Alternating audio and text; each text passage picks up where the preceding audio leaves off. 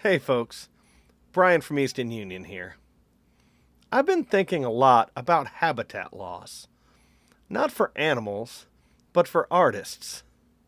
Musicians, writers, painters, filmmakers, people who spend their lives trying to create something meaningful.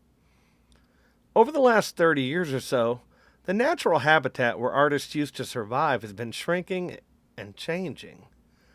And tonight, I want to talk about why that's happening and why I still think there's reasons for hope. Hey everybody, we're Easton Union. In an age of auto-tune and AI-generated content, we're a band of 4 guys who still want to get in a room together and make something special. Now we want to pull back the veil and invite you all to join us as we strive to create the best art we can and give our music a chance to connect with real people out in the world. Whether you're a fellow musician trying to find your place in this digital landscape, or just someone who appreciates organic music played by humans, we hope you'll come with us on the journey.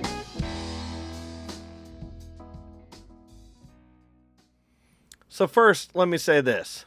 I'm not trying to make light of the very real issue of environmental habitat loss around the world. That's obviously a serious thing. But the metaphor fits surprisingly well. For thousands of years, societies all over the world made space for artists. Not always perfectly. Artists have always struggled, but there was usually some kind of cultural habitat where art could exist. Places where artists could perform. Places where it could be taught. Places where audience valued the experience enough to support it. That habitat looked different depending on the culture and the era, but it existed. And over the last few decades, that environment has been changing pretty dramatically. For musicians, one of the first big changes started with CDs. CDs made it possible to create perfect copies of music without any loss in quality. Before that, if you copied a cassette tape, that copy always sounded a little worse than the original. But CDs changed that. Suddenly, people could burn unlimited copies and share them with friends. Then the internet arrived, and along came file sharing platforms like Napster. Now music wasn't just being copied among friends, it was being shared globally. And almost overnight, the traditional model of selling recorded music started to erode. Then came streaming. Now, to be fair, streaming solved a lot of problems. It made music incredibly accessible, and it gave independent artists a way to distribute their work worldwide without needing a major label. In many ways, it leveled the playing field. But it also meant that the earning potential from recorded music for most independent artists became basically nothing. Most musicians today spend far more money recording their music than they will ever earn from streaming it. So that was another piece of the old habitat that started to disappear. For a long time, though, musicians still had one really important habitat left. Live performance. Bars, clubs, festivals, the places where musicians and audiences came together to share music in real time. That's been the bread and butter for working musicians for generations. But even that landscape has been changing. A lot of the traditional club scenes have slowly given way to things like restaurants and breweries and wineries that host live music. And don't get me wrong, I've had some great gigs in those places. But it's a different model. Instead of 200 people paying a cover charge to see a band, a lot of these venues rely on food and drink sales while the band plays in the corner. And over time, that shift has quietly reduced the earning potential for a lot of musicians. Then the pandemic hit us. And for many venues that were already operating on thin margins, that was the final straw. I've personally seen some great clubs disappear over the last few years, replaced by things like pharmacies, or chain stores. Another piece of the habitat gone.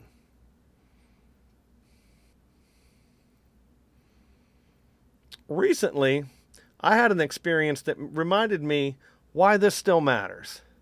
Not long ago, I found myself in Detroit on a bit of an unexpected trip. And I realized something kind of embarrassing.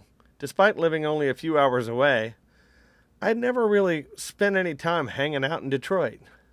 So I did what musicians tend to do when they're in a new city. I went looking for live music. I ended up at a place called the Outer Limits. Shout out to the Outer Limits. If you're ever in Detroit, you should definitely check it out. The cover was $10 and there were 2 psychedelic bands playing that night. When I first walked in, there were only a handful of people there.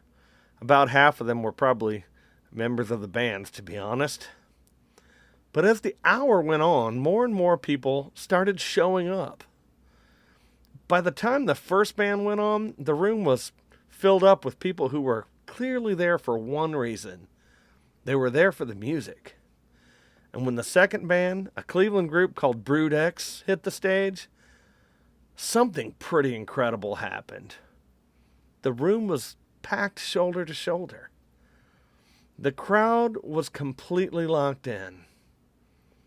People weren't scrolling their phones. The only phones out were the ones recording the moment. The band and the audience were feeding off each other's energy in real time. It was one of those moments that live musicians chase. That feeling when everyone in the room is sharing the same experience together. And the truth is, you can't replicate that anywhere else. Not on streaming, not on social media, not with AI. That kind of shared artistic moment only exists in the room. If you were there, you were there. Experiences like that remind me that art is not dead. Real music is not dead. Rock and roll definitely is not dead. But the habitat where it lives is changing. And artists have always had to adapt to changing environments.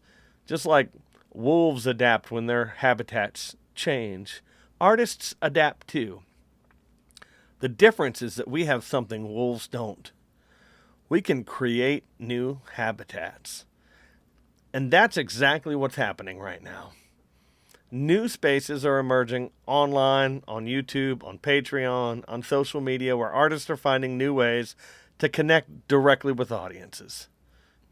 And there are still venues out there, like the Outer Limits, that keep the spirit of live music alive.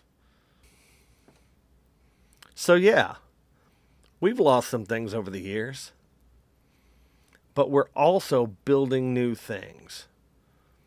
And the artists and the venues who are carrying the torch right now really do need our support. If there's a local venue in your town hosting live music, go see a show. If there's an independent artist you love, buy their record or their merch. Because the truth is, humanity still needs art, even if we don't always realize it. And if you want to support Easton Union on our journey, as we try to carve out our own little corner of this changing landscape, please consider liking and subscribing to the channel. And if you've got a great venue or artist in your hometown that's keeping the flame alive, give them a shout out down in the comments. Until next time, much love, Easton Union.